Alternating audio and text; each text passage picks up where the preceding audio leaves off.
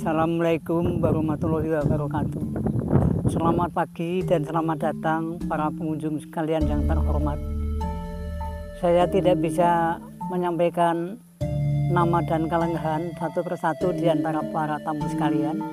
Namun saya mengucapkan selamat datang di Bulak Kayangan. Inilah Bulak Kayangan yang merupakan hamparan persawahan, yang juga merupakan cadangan makanan pokok dari dua wilayah Kapanewon, yaitu Kapanewon Sentulu dan Kapanewon Mendang.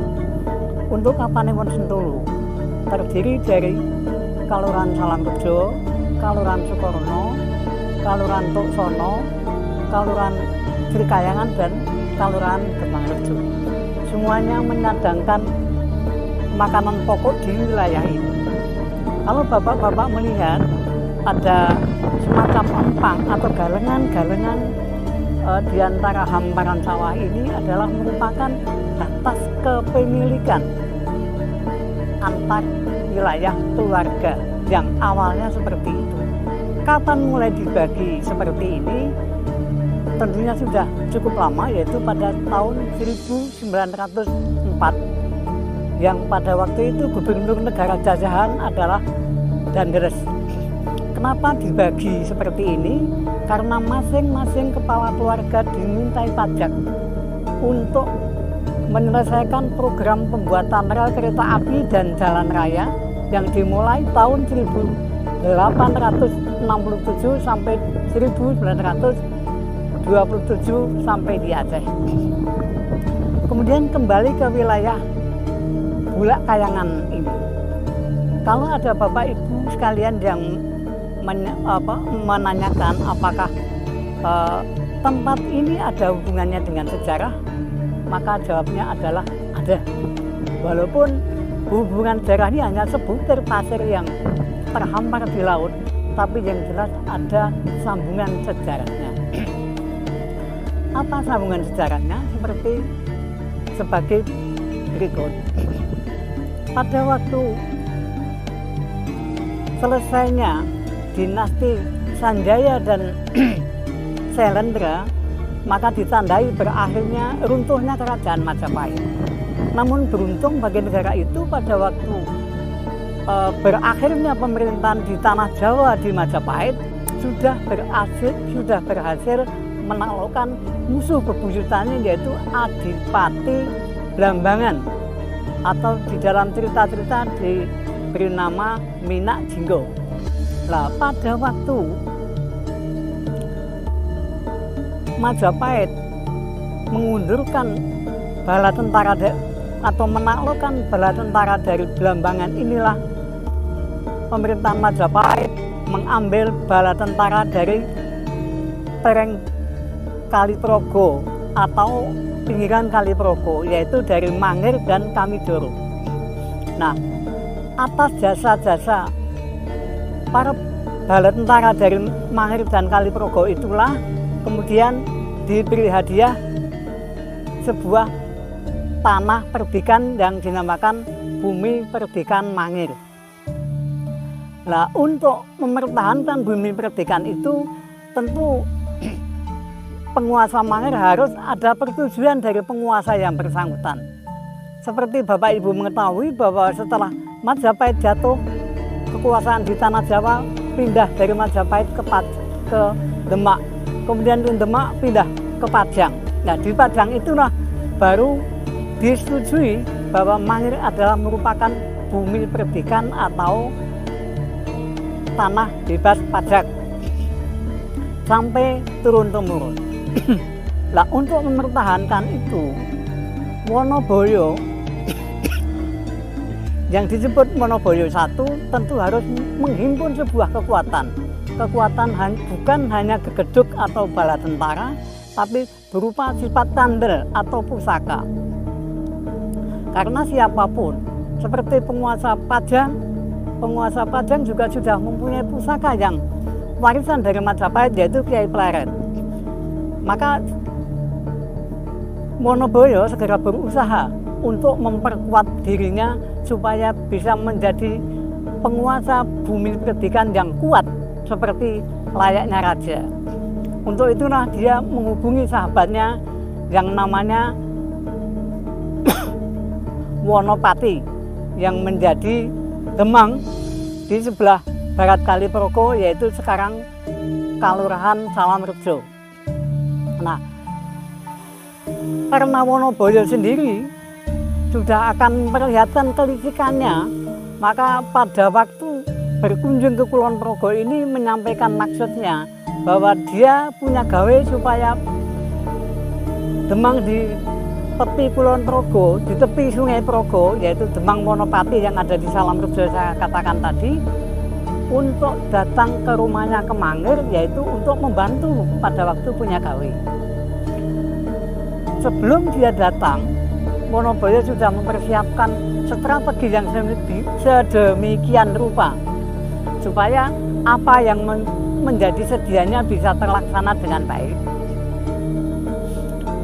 Kemudian cerita selanjutnya adalah pada waktu punya gawe adik Wonoboyo, dia sudah mempersiapkan bahwa ada setangkai pisau, ada sebuah pisau atau pangot yang tangkainya sudah diisi oleh guna-guna yang disebut semar kuning. Ini gunanya apa? Yaitu untuk menaklukkan siapapun yang pegang gagang pisau itu.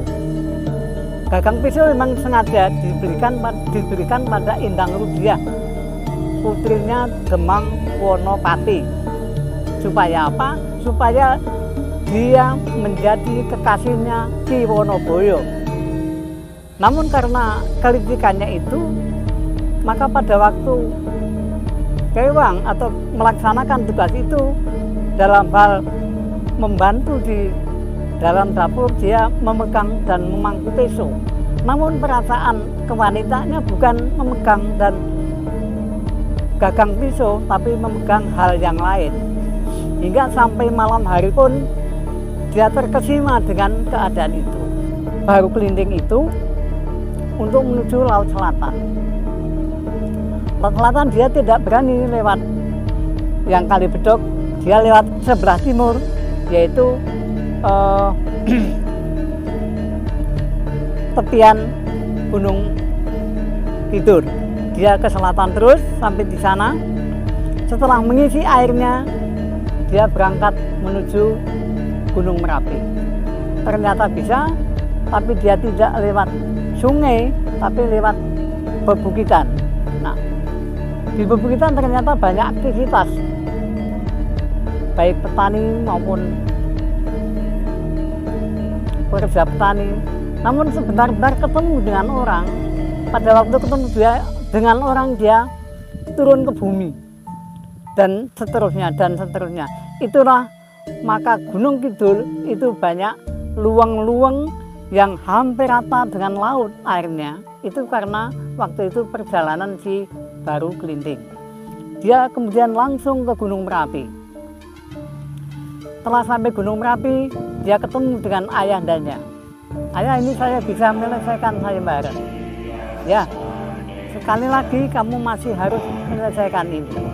Yaitu badanmu kamu kitarkan dengan pucuk Gunung Merapi ini.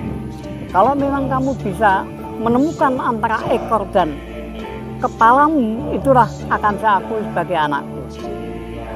Ayah Jaka Baru Kelinting itu pun melingkarkan badannya hampir sejengkal, 1 kilan, maka dia melet, menjulurkan lidahnya, melet itu, menjulurkan lidahnya dengan sigap si Wonoboyo menebas. Begitu lidahnya keluar, ditebas, maka langsung matilah si Baru Kelinting.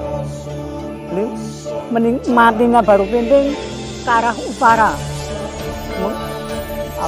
pergulingnya badannya, maka agak banyak terpisah antara Gunung Merapi dan Gunung Merbabu.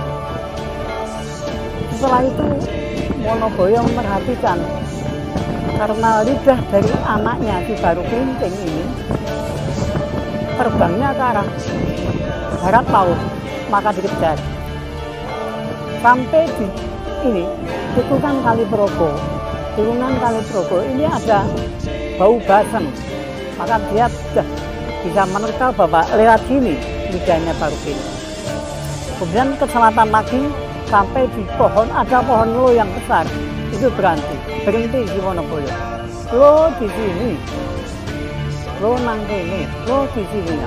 Nah setelah itu ternyata lidah si Barokinten sudah tertancap di pohon janglot. Maka pohon janglot itu bisa untuk tangkai tumbak karena dia lentur kayunya. Maka segera diambillah tumbak daripada lidah Barokinten tadi, sudah menjadi dibawa pulang ke tanah kediamannya Ki Wonoboyo, yaitu Mangeh. Nah, kemudian apa sejarah yang lain yang mengikat? Pada waktu tanah Jawa dipimpin oleh Sunan Amangkurat-Jawa dan dia terkalahkan oleh para adipati Brangwetan yang dipimpin oleh Surojoyo, dan Sunan Amangkurat-Jawa lari ke Tegalaro. Menjelang wafat itulah ketemu antara dua sumba itu. Sunan Amangkurat atau Putra Mahkota diberi kekuatan untuk membangun keraton di Kartasura namanya Tumbak Kiai Baru. Kemudian Pangeran Puger untuk pulang ke Keraton Barat mengundurkan para adipati yang ada yang dari Brangwetan diberi kekuatan Kanjeng Kiai Pleret.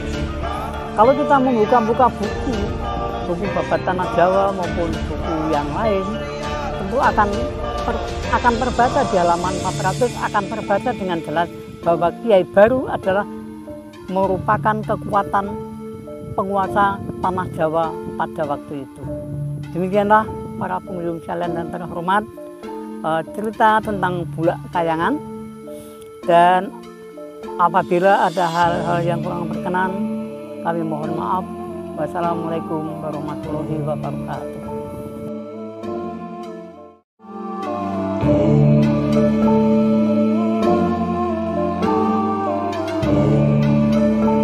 Bagas Koro Manjer Kamuryan.